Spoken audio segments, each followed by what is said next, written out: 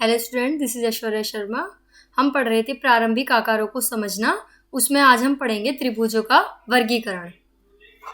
त्रिभुजों का वर्गीकरण ये होता है कि इसमें कौन सा त्रिभुज कितने प्रकार के होते हैं, कौन कौन से त्रिभुज होते हैं, इनके बारे में हम पढ़ेंगे।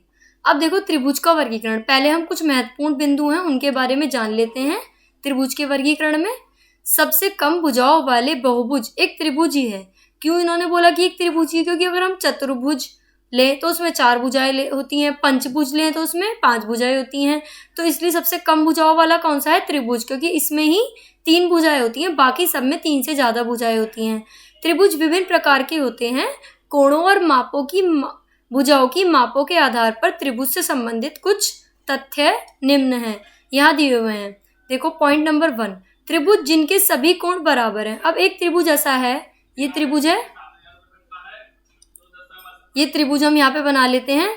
तो इस त्रिभुज के तीनों कोण बराबर हैं। ये देखो हमने ये कोण लिया ABC, तो angle B equal to angle C equal to angle A। तो जिस त्रिभुज के तीनों कोण बराबर होते हैं, सभी कोण बराबर होते हैं, तो उसकी भुजाएं भी बराबर होती हैं।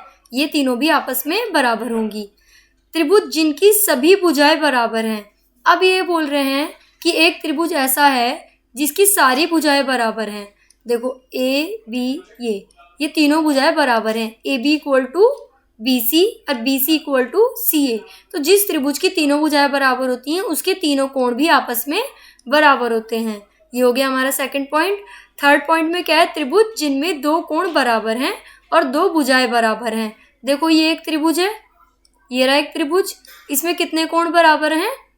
2 कोण बराबर हैं। 2 कोण हमने बराबर लिए, तो अगर 2 कोण बराबर है तो इस कोण के सामने वाली भुजा और इस कोण के सामने वाली भुजा, ये भी आपस में क्या होंगी? ये भी आपस में बराबर होंगी। ऐसे ही त्रिभुज जिनमें 2 भुजाएं बराबर नहीं हैं, 2 भुजाएं बराबर नहीं हैं, ये दोनों भुजाएं बराबर नहीं हैं, तो यदि किसी त्रिभुज में कोई 2 कोण बराबर नहीं है तो उसकी कोई भी 2 भुजाएं बराबर नहीं होंगी। यदि किसी त्रिभुज की तीनों भुजाएं बराबर नहीं है तो उसके तीनों कोण भी बराबर नहीं होंगे। तो इस बात से हम ये निष्कर्ष निकाल सकते हैं कि अगर किसी त्रिभुज की 2 भुजाएं बराबर हैं तो 2 ही कोण उसके बराबर होंगे। 3 भुजाएं बराबर है तो तीनों कोण ही बराबर होंगे। और अगर एक भी भुजा किसी दूसरी भुजा के बराबर नहीं है तो कोई भी कोण एक दूसरे कोण के बराबर नहीं होगा। अब देखो भुजाओं के आधार पर मैंने आपको बताया था कि 2 आधार पे होता है वर्गीकरण, भुजाओं के आधार पर और कोणों के आधार पर। तो भुजाओं के आधार पर त्रिभुजों का नामकरण, अब उनको कहते क्या क्या हैं, उनको क्या क्या नाम दिया गया है। देखो एक त्रिभुज जिसकी तीनों भुजाएं बराबर नहीं हैं, जब उसकी तीनों ही भुजाएं अलग हैं तो उसे हम कहेंगे विषम बाहु त्रिभुज। क्या कहलाता है वो? विषम बाहु त्रिभुज। अब यहाँ पे क्या बोला? एक त्रिभुज जिसकी 2 भुजाएं बराबर होती हैं तो वो एक समद्वि बाहु त्रिभुज कहलाता है। जिसकी 2 भुजाएं बराबर हैं वो समद्वि बाहु त्रिभुज है।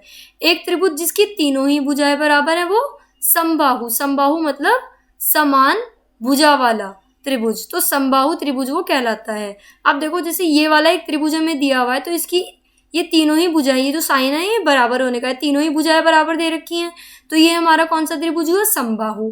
इसकी 2 भुजाएं बराबर दे रखी हैं तो 2 भुजाएं समान है ना, तो 2 समान का मतलब सम और 2 का मतलब द्वि, तो समद्विबाहु। ये जो त्रिभुज है इसकी तीनों भुजाएं ही अलग हैं, तो ये हमारा हुआ विषम बाहु त्रिभुज। इसमें तीनों भुजाएं समान है तो ये हुआ समबाहु। ऐसे ही ये हमारा, इसमें तीनों भुजाएं अलग हैं, ये हमारा हुआ विषम बाहु।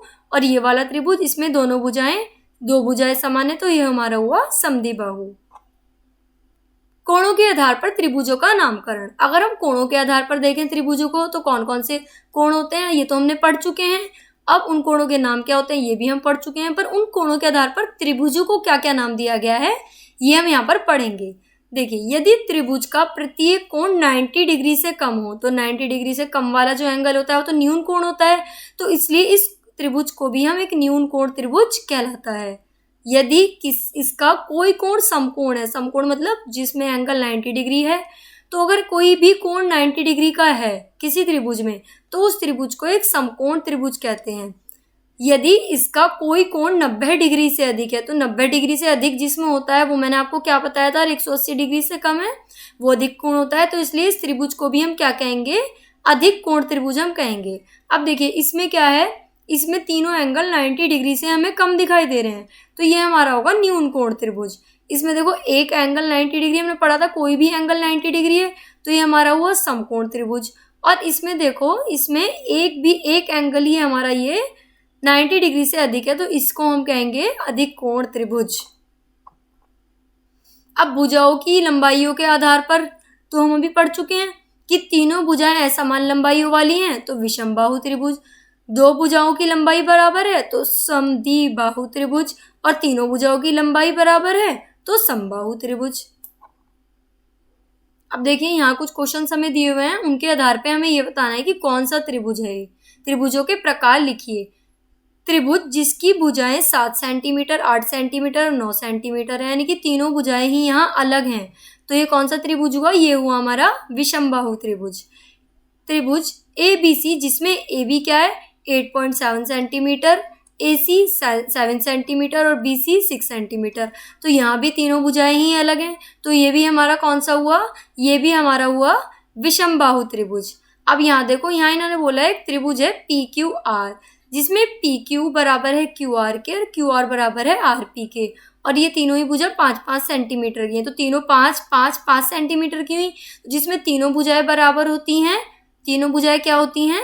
बराबर होती हैं। वो कौन सा त्रिभुज होता है? वो होता है हमारा समबाहु त्रिभुज। अब देखो इसमें बोल रहे हैं कि DEF जिसमें एंगल D का जो मेजरमेंट है वो 90 डिग्री है। अगर मैं इसको ड्रॉ करूं तो ये कुछ ऐसे ड्रॉ होगा। यहाँ पे हम लेंगे एंगल D 90 डिग्री है ना, तो D E और F, तो ये कौन सा त्रिभुज है जिसमें कोई भी एक एंगल अगर 90 डिग्री है तो वो कौन सा त्रिभुज होता है? वो होता है हमारा समकोण त्रिभुज। अब देखो ट्रायंगल XYZ है जिसमें मेजरमेंट Y का 90 डिग्री है और XY इक्वल टू YZ है, तो इसमें तो दो प्रॉपर्टी हमारी लग रही हैं। एक इस हिसाब से देखा जाए तो ये समकोण त्रिभुज है। अगर हम XY और YZ दोनों बराबर हैं तो इस समद्विबाहु त्रिभुज है, तो इसको हम बोलेंगे समद्विबाहु समकोण त्रिभुज। अब यहाँ देखिए एक ट्रायंगल है LMN जिसमें L का जो मेजरमेंट है वो है 30 डिग्री और M का मेजरमेंट है 70 डिग्री और N का मेजरमेंट है 80 डिग्री। पर आप यहाँ एक चीज़ नोटिस करिए कि तीनों ही त्रिभुज 90 डिग्री से छोटे हैं। जब तीनों ही त्रिभुज 90 डिग्री से छोटे हैं तो ये कौन सा त्रिभुज हुआ? ये हुआ हमारा न्यून कोण त्रिभुज। अब देखिए निम्न को सुमेलन कीजिए। अब हमें सुमेलन करना है। सुमेलन मतलब मैच करना है कि ये त्रिभुज की माप दी हुई है और यहाँ त्रिभुज के प्रकार दिए हुए हैं, तो हमें इनको मैच करना है कि कौन सी माप कौन से प्रकार से मैच होगी। समान लंबाई की 3 भुजाएं, तो जिस त्रिभुज में समान लंबाई होती है वो कौन सा त्रिभुज होता है? वो होता है हमारा समबाहु त्रिभुज। ये देखिए यहाँ दे रखा है हमें समबाहु त्रिभुज, तो इसके आगे हम क्या लिख देंगे? हम यहाँ लिख देंगे E। अब यहाँ देखो समान लंबाई की 2 भुजाएं, तो जिसमें 2 भुजाएं समान लंबाई की होती है वो हमारा होता है समद्विबाहु त्रिभुज। अब यहाँ देखिए समद्विबाहु त्रिभुज कहाँ लिखा है? समद्विबाहु त्रिभुज ये रहा, तो ये कौन सा हुआ हमारा? इसके आगे हम लिख देंगे G। अब अलग अलग लंबाइयों की सभी भुजाएं, जब सभी भुजाएं अलग अलग लंबाइयों की होती हैं तो होता है विषमबाहु त्रिभुज। ये लिखा ये तो हमारा विषमबाहु समकोण है, तो ये तो हम नहीं कह सकते। और अलग अलग भुजाओं की अगर ये हैं, पर यहाँ और कोई ऑप्शन हमें खाली विषमबाहु त्रिभुज का दिया हुआ है? देखिए यहाँ कोई भी और ऑप्शन विषमबाहु त्रिभुज का नहीं है, तो हमें इसका आंसर ये ही लगाना पड़ेगा। तो देखो यहाँ हम लिख देंगे A। अभी कह रहे हैं 3 न्यून कोण, तीनों ही कोण है और वो न्यून कोण है, तो ये कौन सा त्रिभुज हुआ? ये त्रिभुज हुआ, अगर तीनों ही कोण न्यून है तो न्यून कोण त्रिभुज हुआ है। न्यून कोण त्रिभुज है तो इसके आगे हम लिख देंगे F। अभी कह रहे हैं कि एक कोण यानी कि कोई भी कोण जिसमें समकोण होता है वो समकोण त्रिभुज होता है। देखो कहाँ लिखा है समकोण? ये लिखा समकोण त्रिभुज, तो इसके आगे हम लिख देंगे D। अभी कह रहे हैं कि एक अधिक कोण है, तो जब एक अधिक कोण है तो इसका मतलब ये अधिक कोण त्रिभुज है। अधिक कोण त्रिभुज का मतलब क्या है यहाँ? C, तो इसके आगे हम लिख देंगे C। अभी कह रहे हैं 2 बराबर लंबाइयों की भुजाओं के साथ एक समकोण, यानी कि 2 बराबर लंबाई भी है, यानी कि समद्विबाहु हुआ और एक समकोण भी है, तो ये हम बोलेंगे समद्विबाहु समकोण त्रिभुज। ये देखिए यहाँ लिखा है समद्विबाहु समकोण त्रिभुज B पे, तो इसके आगे हम लिख देंगे B।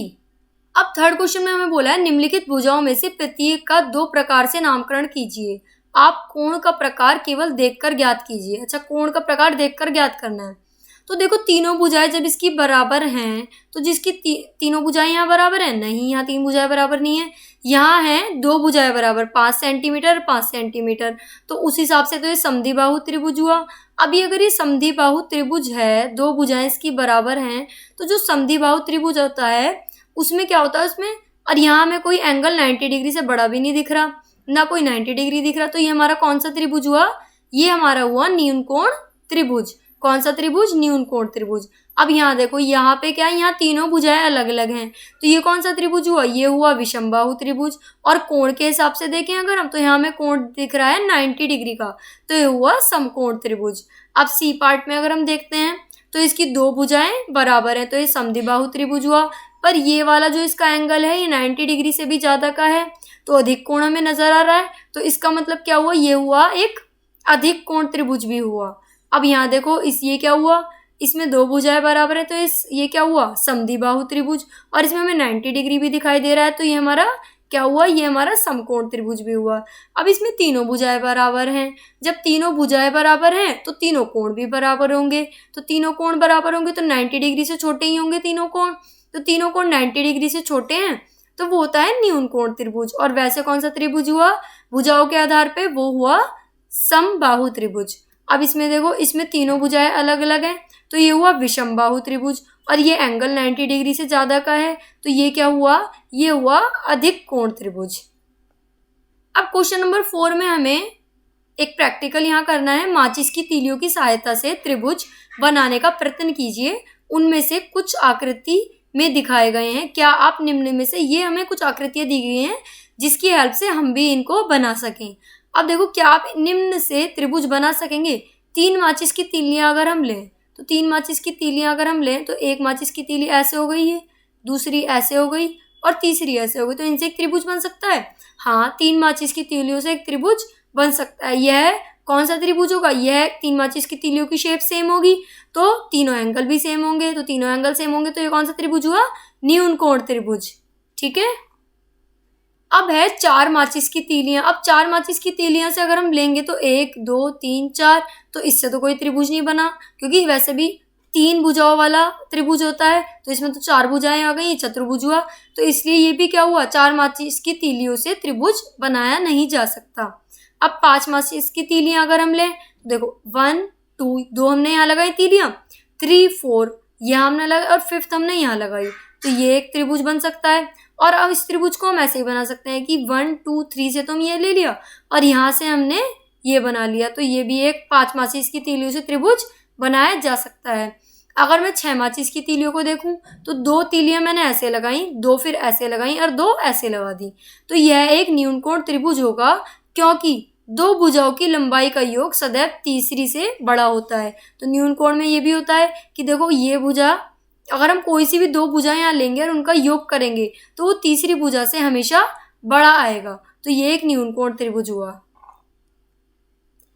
तो अब आज हमने कौन कौन से त्रिभुज पढ़े, आज हमने त्रिभुज पढ़े भुजाओं के आधार पे और मापन के आधार और कोण के आधार पे। तो भुजाओं के आधार पे कौन कौन से त्रिभुज होते हैं, एक त्रिभुज होता है समबाहु त्रिभुज, जिसकी तीनों भुजाएं क्या होती हैं, जिसकी तीनों भुजाएं समान होती हैं। दूसरा त्रिभुज कौन सा होता है, दूसरा त्रिभुज होता है समद्विबाहु त्रिभुज, जिसमें क्या होता है, जिसमें तीनों 2 भुजाएं समान होती हैं। और तीसरा त्रिभुज कौन सा होता है, तीसरा होता है विषमबाहु त्रिभुज। विषमबाहु त्रिभुज का मतलब क्या है, यहाँ जिसकी तीनों भुजाएं ही अलग अलग हैं, जैसे ये हुई 4 सेंटीमीटर, ये 5 सेंटीमीटर, ये 6 सेंटीमीटर। और ऐसे ही हमने किसके आधार पे पढ़ा था, कोण के आधार पे। तो कोण के आधार पे जो हमने पढ़ा था तो उसमें भी 3 तरीके के होते हैं। एक होता है न्यूनकोण त्रिभुज, जिसमें तीनों कोण क्या होते हैं, 90 डिग्री से कम होते हैं।